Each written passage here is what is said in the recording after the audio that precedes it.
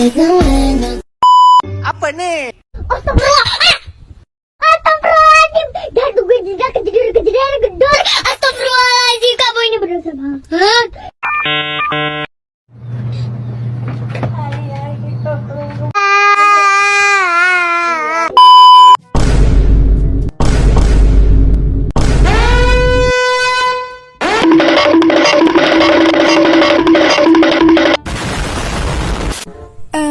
Aku punya ide. Tugas akan lebih mudah jika apa? Tak dikerjakan. Tapi bohong. Daon nih.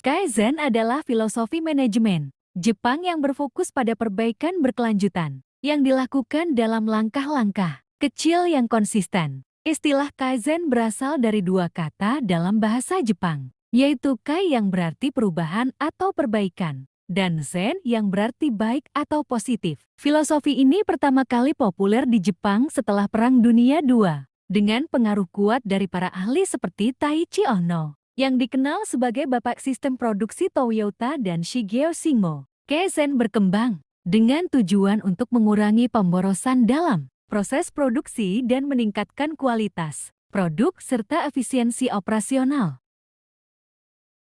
Tujuannya adalah untuk menciptakan perubahan berkelanjutan yang meningkatkan kualitas, efisiensi, dan kepuasan pelanggan. Berikut adalah beberapa prinsip dasar yang menjadi fondasi Kaizen. Pertama, perbaikan bertahap continuous improvement. Kaizen menekankan bahwa perbaikan kecil yang dilakukan secara konsisten akan mengarah pada hasil yang signifikan dalam jangka panjang. Berbeda dengan konsep perubahan besar yang dilakukan sesekali. Kaizen mendorong perubahan yang dilakukan secara perlahan tetapi terus-menerus. Kedua, keterlibatan semua pihak dalam organisasi. Salah satu ciri khas Kaizen adalah keterlibatan semua level dalam organisasi dari manajer tingkat atas hingga pekerja di lini produksi. Kaizen mendorong partisipasi aktif setiap individu dalam mengidentifikasi masalah dan mencari solusi. Ketiga, pengurangan pemborosan mudah. Kaizen sangat berfokus pada pengurangan atau penghapusan pemborosan yang dapat terjadi dalam proses produksi. Pemborosan yang dimaksud meliputi waktu, tenaga, material, dan sumber daya lainnya yang tidak memberikan nilai tambah. Dalam konteks Kaizen, pemborosan dikenal dengan istilah mudah bahasa Jepang untuk pemborosan. Keempat, standarisasi. Setelah perbaikan diterapkan, langkah selanjutnya adalah untuk menstandarisasi proses yang telah diperbaiki. Dengan demikian, perubahan yang diterapkan tidak hanya terjadi sekali, tetapi menjadi bagian dari kebiasaan dan prosedur operasi yang tetap. Kelima, pencegahan kesalahan Pokayu. Salah satu prinsip penting dalam Kaizen adalah menghindari kesalahan sebelum terjadi. Pokayu adalah teknik yang digunakan untuk merancang sistem dan prosedur yang secara otomatis menghindari kesalahan manusia atau cacat produk. Alat dan teknik Kaizen. Beberapa alat dan teknik yang digunakan dalam pendekatan Kaizen antara lain. Pertama, PDCA Plan Do Check Act. PDCA adalah siklus yang membantu memastikan bahwa perbaikan berkelanjutan dilakukan secara sistematis. Siklus ini melibatkan 4 tahap. Plan perencanaan, menentukan tujuan perbaikan dan merancang strategi untuk mencapainya. Do pelaksanaan, mengimplementasikan perubahan atau perbaikan. Check pemeriksaan, mengevaluasi hasil dari perubahan yang diterapkan. Act tindakan, mengambil tindakan untuk standarisasi atau perbaikan lebih lanjut berdasarkan hasil evaluasi. Kedua, 5S. 5S adalah metode yang membantu menciptakan lingkungan kerja yang lebih rapi, bersih, dan efisien yang mencakup 5 langkah utama. Sort, menyortir, mengeliminasi barang-barang yang tidak diperlukan di tempat kerja. Set in order, menata barang-barang yang masih dibutuhkan agar lebih mudah diakses. Shine membersihkan, memastikan kebersihan area kerja. Standardize menyadarkan, menetapkan standar untuk memastikan kebersihan dan keteraturan tetap terjaga. Sustain memelihara, memastikan bahwa kebiasaan baik tersebut dipertahankan secara berkelanjutan. Ketiga, Kanban.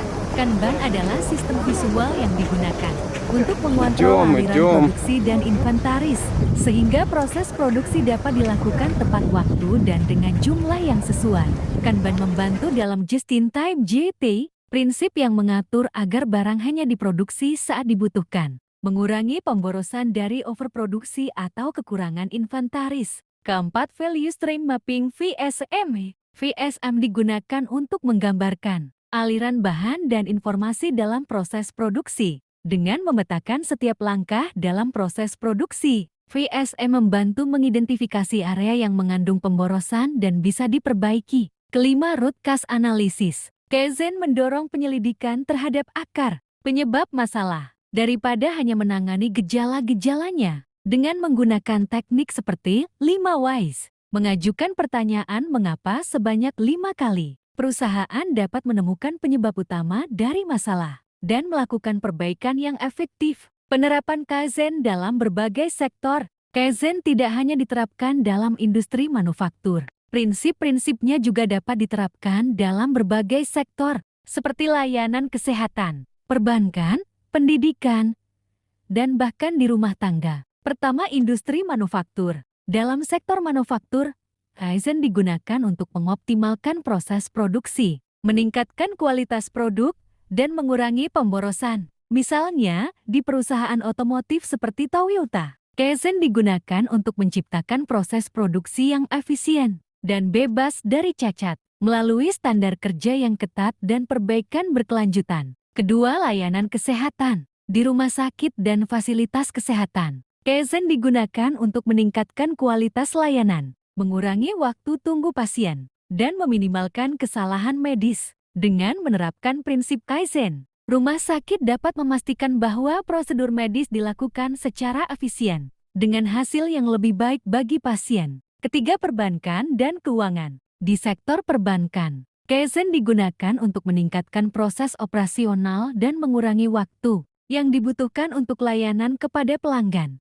Dengan menerapkan perbaikan kecil dalam prosedur internal, bank dapat meningkatkan efisiensi dan meningkatkan pengalaman pelanggan. Keempat, sektor pendidikan. Sekolah dan universitas juga dapat mengadopsi Kaizen untuk meningkatkan kualitas pengajaran, meminimalkan pemborosan dalam penggunaan waktu, dan meningkatkan interaksi antara pengajar dan siswa. Dampak Kaizen pada organisasi. Kaizen memberikan dampak yang signifikan terhadap organisasi yang menerapkannya dengan benar. Beberapa dampak utama yang dapat dihasilkan antara lain. Pertama, peningkatan kualitas. Dengan perbaikan berkelanjutan, produk atau layanan yang dihasilkan akan terus meningkat kualitasnya, yang akan berdampak pada kepuasan pelanggan. Kaizen mendorong eliminasi cacat produk atau layanan, memastikan hasil yang lebih konsisten dan dapat diandalkan. Kedua, efisiensi yang lebih tinggi. Kaizen berfokus pada pengurangan pemborosan,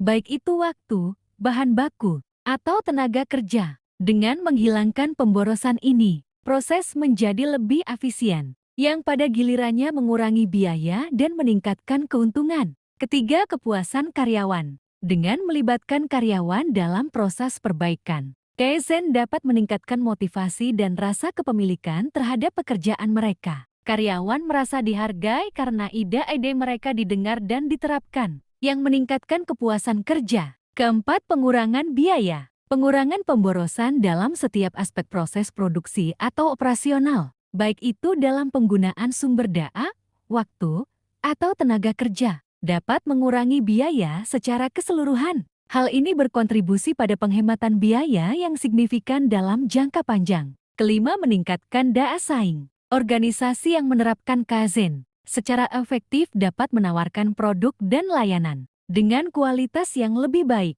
harga yang lebih kompetitif, dan waktu respons yang lebih cepat, sehingga dapat memenangkan persaingan di pasar. Kesimpulannya adalah Kaizen adalah filosofi perbaikan berkelanjutan yang dapat membawa dampak signifikan terhadap efisiensi, kualitas, dan kepuasan pelanggan di berbagai sektor dengan penerapan yang tepat. Kaizen mampu menciptakan perubahan positif yang berkelanjutan, meningkatkan daya saing perusahaan, dan menghasilkan keuntungan jangka panjang. Meskipun tantangan dalam implementasinya ada, manfaat yang dihasilkan dapat membawa transformasi yang berarti bagi organisasi yang berkomitmen terhadap filosofi Kaizen.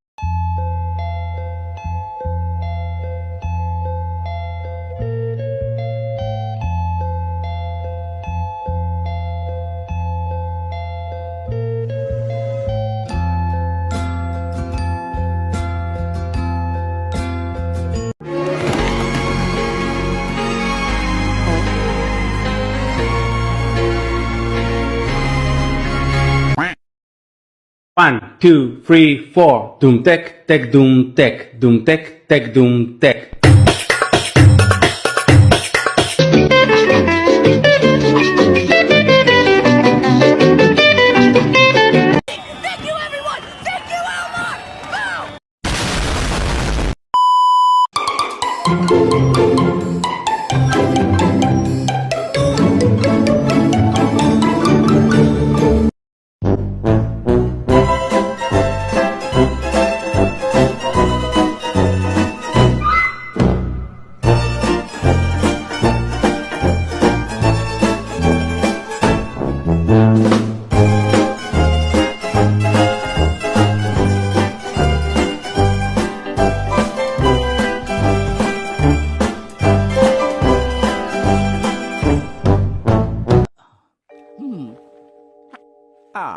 Aneh sekali.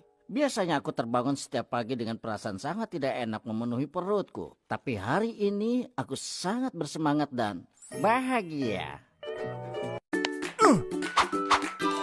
Oh wow.